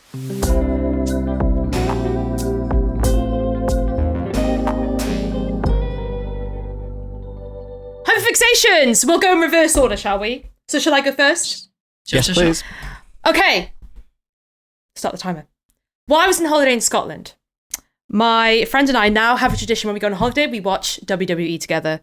And so now I can say that I have watched more WWE. I'm still like a babe in the woods, don't get me wrong. I'm still a babe in the woods. But we watch more WWE. We watch the Attitude Era. Oh, so I'm told. He's the expert. Basically, I watch it with him and he just like tells me like all the tea or the drama or the wrestlers and everything. I have a favourite wrestler. I have chosen my favourite wrestler. Oh, ready to Google. So my friend's favourite wrestler is The Undertaker. Love The Undertaker, obviously. Yeah. My favourite wrestler is called Mick Foley, also known as Mankind, also known as Cactus Jack. But in my era, he's just called Mick Foley. And the reason why I love Mick Foley so much is that I was watching WWE and I was like, why is there a guy from the audience just wrestling? And my friend was like, that is a wrestler. Mick Foley is just, everyone else is in like little pants, cunty little boots. They got their guns out and everything. Mick Foley is in flannel, Converse, like a t-shirt. He just looks like a dude. And I was like, I love this man. This man is my favorite wrestler. Yes, sometimes he pulls out a sock and shoves it into people's mouths as his finishing move. I can fix him. I forgive him. I can fix him. What do you need to fix? True. So he's my favorite. So we've just been watching lots of WWE. My favorite, my friend showed me the Mick Foley Undertaker Hell in a Cell fight, which is where the Undertaker throws Mick Foley off the top of a cell and he like falls like a couple of feet. I don't know heights, but it's the one where he falls down into a table and his teeth get shattered so badly they go into his nose. And yeah, my boy. So, he's my favorite wrestler. I'm kind of obsessed with him. I am very new to the world of wrestling. I've watched the Vince McMahon documentary on Netflix, and that has been very interesting in terms of the complexities of wrestling and the behind the scenes and what these wrestlers went through, and also the politics of it, which is really interesting.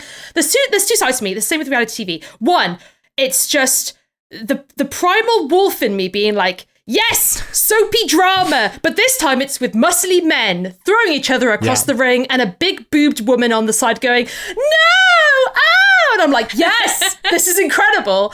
Then there's the other side, which is like, okay, the reality situation. But there's just, I do like wrestling. Am I going to get into wrestling and watch the new stuff? No. Because I don't really think I like it. But I do like this fantasy of the late 90s, early 2000s wrestling. So what? The Rock, Triple H, Stone Cold Steve Austin, Undertaker, my boy, Mick Foley.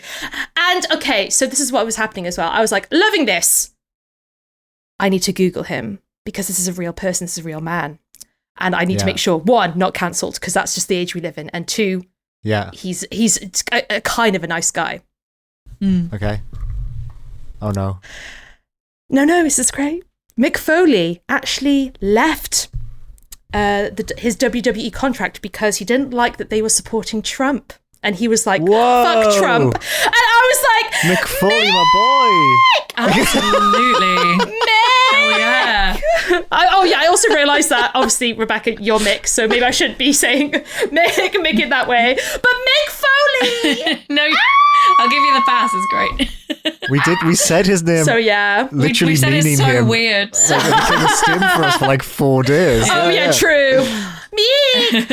So yeah, I'm dipping a toe into the world of wrestling. I just really like, again, like I said, the nitty gritty of like how it's made, the politics behind it. I'm really into it. It's like my new reality TV kind of, but yeah, and I'm very much enjoying it. So yeah, wrestling. I guess I like it a little bit. Kind of now. I love that. Wasn't a big fan when the halftime fight was a Playboy production and like had 6 women in the ring all ripping each other's clothes off. God. I was a bit like, oh, we'll just quickly. Yeah. I was like, yeah. Alex, can you skip? Can you just fast forward? Girl, can you just fast forward it? That wasn't cute, but I did appreciate the rest of it, and it's fake. Fuck, whatever. Reality TV show is fake, so I'm all up in that. Yeah. I love it. Incredible. I think Scandal Noted exists for a reason, and this is the exact reason. Is you can enjoy it. It can be your problematic. But not my boy. Not my boy. Anti-Trump. I was so happy, and he gives to charity, and he's like a big. He's like a Make-A-Wish guy. Oh, incredible! Love that. Mick Foley, come on the podcast. Yeah.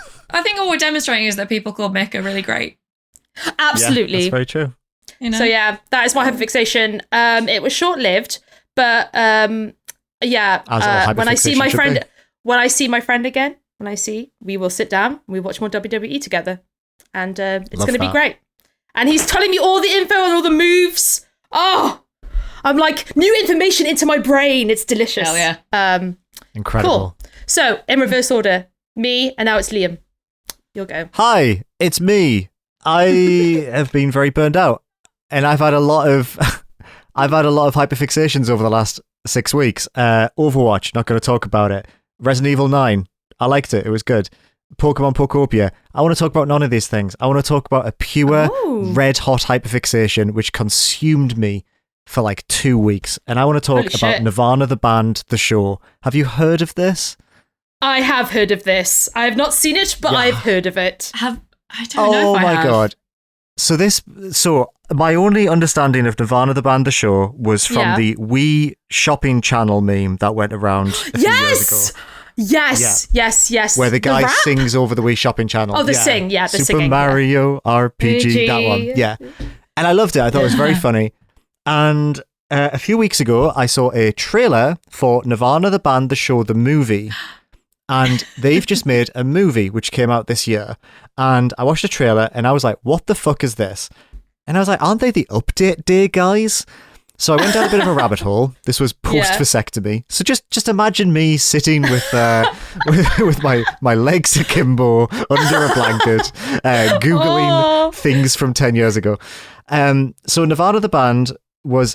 Basically, it was a web series in 2007. Then 10 years later, they came back with 2 series of a TV show. And then 10 years after that, they've made this movie.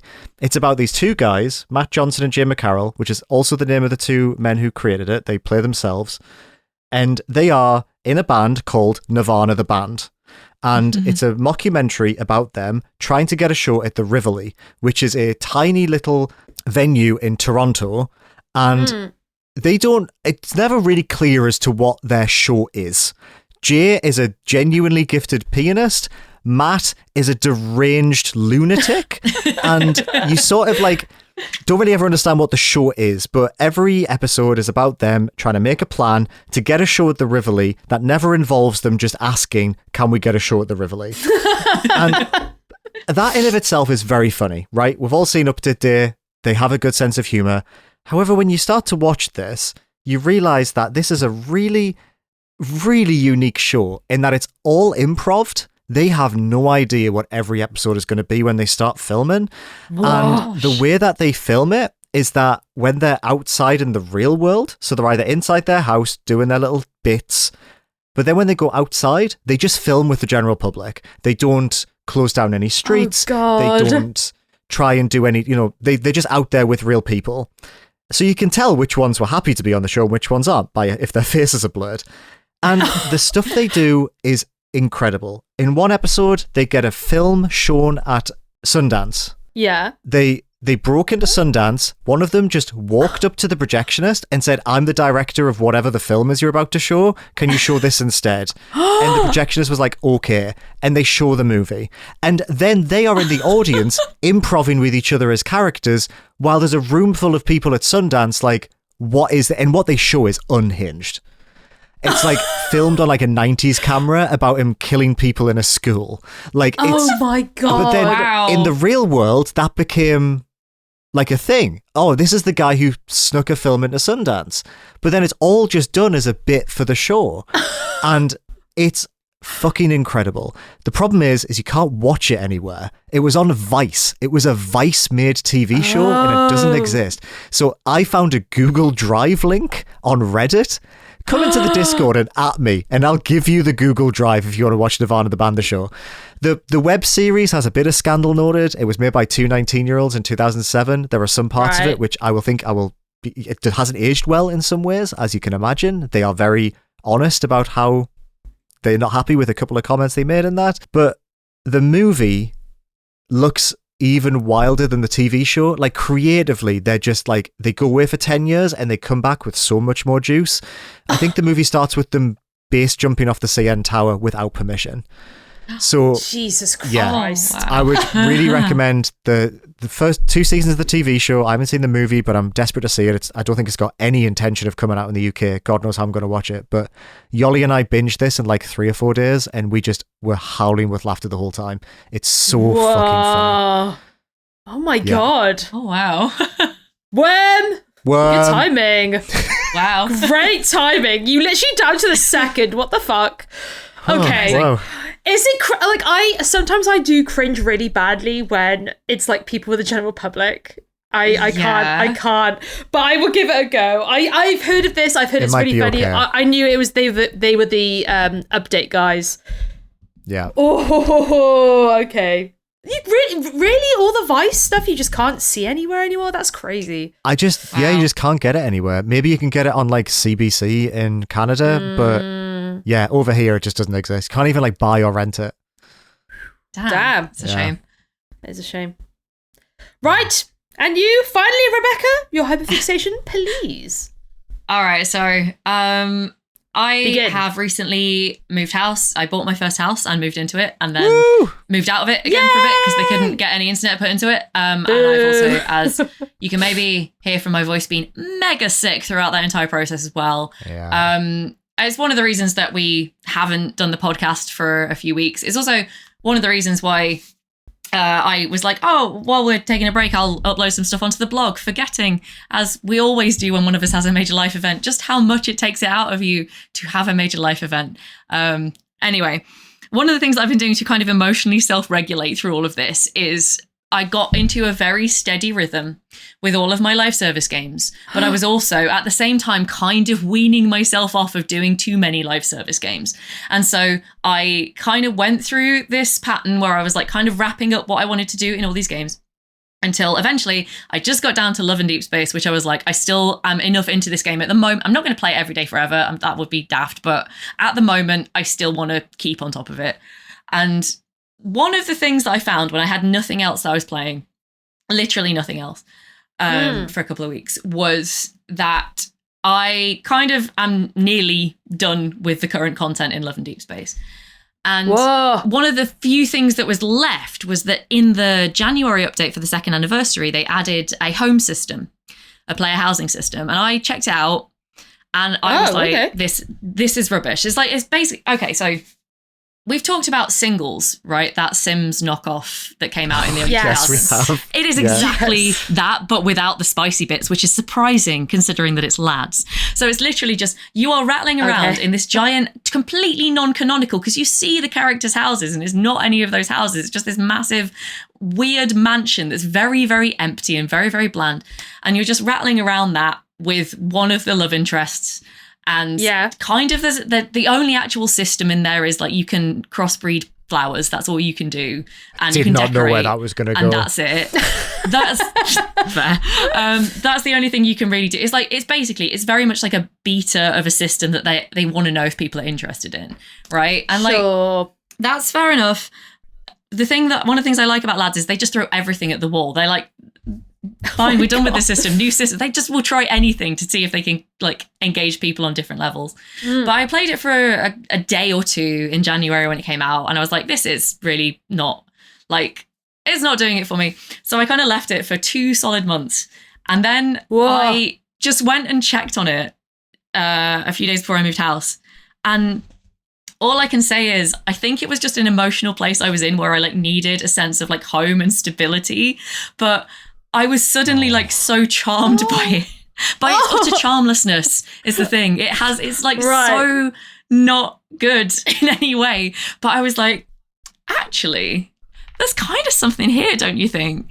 And so yeah, I've been playing Love and Deepspace like it's The Sims. And probably won't do that for much longer because I think I've pretty much got all the enjoyment out of it that you can get. But it's just an interesting one to me because one thing it does really well is it takes advantage of the fact that this game has done incredible things with 3D modeling and what's possible with like 3D modeling in a mobile game. And they were never really making much use of that in a lot of ways, which sounds really weird. But the fact that the 3D models were used in these like visual novel sort of cutscene sections and then in the combat sections where it's all quite rigged onto some pretty basic animations. And I was like, actually, it's really cool that you get to see the character you created and all these characters that they've put a lot of like really loving detail into and they're just kind of wandering around. And like, yeah, it's just a weird experience. It's like, as I say, they clearly kind of want to say like, hey, I noticed a lot of you are really into life sims. If you want to try that, we can be that too. Because this game wants to be everything. It wants to be your period tracker and your favorite RPG and your favorite visual novel and everything. Wow. And I think it's just like, it does mean that there are a lot of very shallow systems rather than, and you know, a couple of the like core systems are pretty good, but everything else is, but I don't know. There was just something charming and like, it's so stupid. There's kind of nothing to do. Today I found my digital husband vacuuming the garden, which was hilarious. Love that. Wow. Okay. He's attentive. It just makes no sense. Another thing is that I have literally written an essay, which I will probably put out there somewhere, about how Love and Deepspace, with what they've done with 3D animation, has really improved my opinion of the video game Kiss. I will say that does not hold up in the home system. We are kind of back to Barbies mashing their faces on each other. I think it looks really good in a properly rigged and like animated, deliberately cutscene, but it just doesn't really, it's not good. But yeah, as I say, just something about, in the nature of a true hyperfixation. Yeah. There's just something about it. I'll probably drop it in the next couple of weeks. Fuck yes. Incredible. I very much enjoyed watching the features trailer that was 5 minutes long. I sent a screenshot of it to our chat. It's a lad in the bath and it just says, what is he up to? He's having a bath. I really don't think there's much room for debate on what he's doing there. There's always like so much of that is so funny. It's and just the like, rubber duck. But you get an achievement. It's so funny. You get the first time that it's like, oh, you have to unlock it room by room. And it's like, oh, he's in the shower. And then you just walk into the room and it's like, oh, to peek or not to peek. And I'm like, okay. He's wearing shorts. You teleported me to it. Yeah. Oh my gosh. Teleported me here. I'm going to have a peek. That's what I'm saying. I got to have a peek. I must. They are also fully clothed and chaste for saying that this is Love and Deep. Okay, literally, this may be too spicy, but I will say at one point a couple of days ago, I was playing this and I was like, 5 minutes ago in one of the like date scenes, we were using sunscreen as lube, and now I can't even like get naked in the shower in my own house. Like, this is a wildly inconsistent game, and I love it. Also, wait, did they actually shag in it? Yeah. What? Liam, come now. Come now, Liam. So, okay, here's the thing. They never show the shagging, but there are loads of audio-only dates. And in the audio-only date, they go to town. Oh, is that the sun cream one? Yeah. I've heard this on TikTok. I've heard. Yeah, there's when it's just the audio, there is nothing that they won't do, and there is nothing that those voice actors won't do, and I'm glad that they are well compensated and anonymous. I don't know why I didn't think they shagged. I just assumed they didn't. Yeah.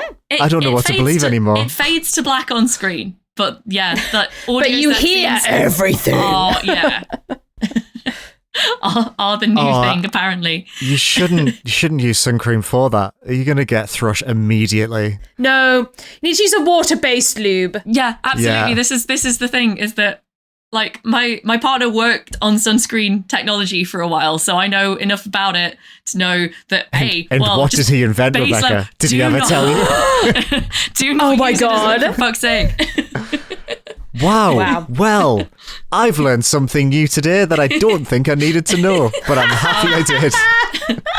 Well, I'm glad you're happy. My apologies if I've traumatized anyone. Love it. That's what we're here for. But yeah, traumatizing that's the thing. I was just like, they're using sunscreen as lube, and then she gets in the shower and she keeps her entire outfit on, and I'm like, what is this? I need to do some quiet Googling after we had this call. Girl, whenever a Resident Evil game comes out, as with 9, you get like audio grunting compilations of. Yeah. I saw that too. Yeah. The new Tomb Raider is going to be good for that as well. For sure. New VA. Yeah. Hello. Those Leon grunts. Anyway. We really haven't talked about Resident 9, actually, have we? I've also finished it, so we should get into it at some point. But I watched a playthrough. I watched a playthrough .day. I did. Yeah, we should talk about it for sure. Right. Anyway. Okay. Brill. End of episode. Thanks for listening. Small little teaser. We might have something kind of big happening soon. I say soon because could it be next month? The next couple of months? Who knows? But hopefully it'll be soon. It's very exciting. Please look out for that. And yeah. Just wanted to tease that here. But yes, thank you for listening. Thank you so much. Until next time. Goodbye. Bye. It won't be 6 weeks next time. Bye. Bye. I really hope not. Bye. Indieventure is a video games podcast created, produced, hosted, and edited by Rachel Watts, Rebecca Jones, and me, Liam Richardson.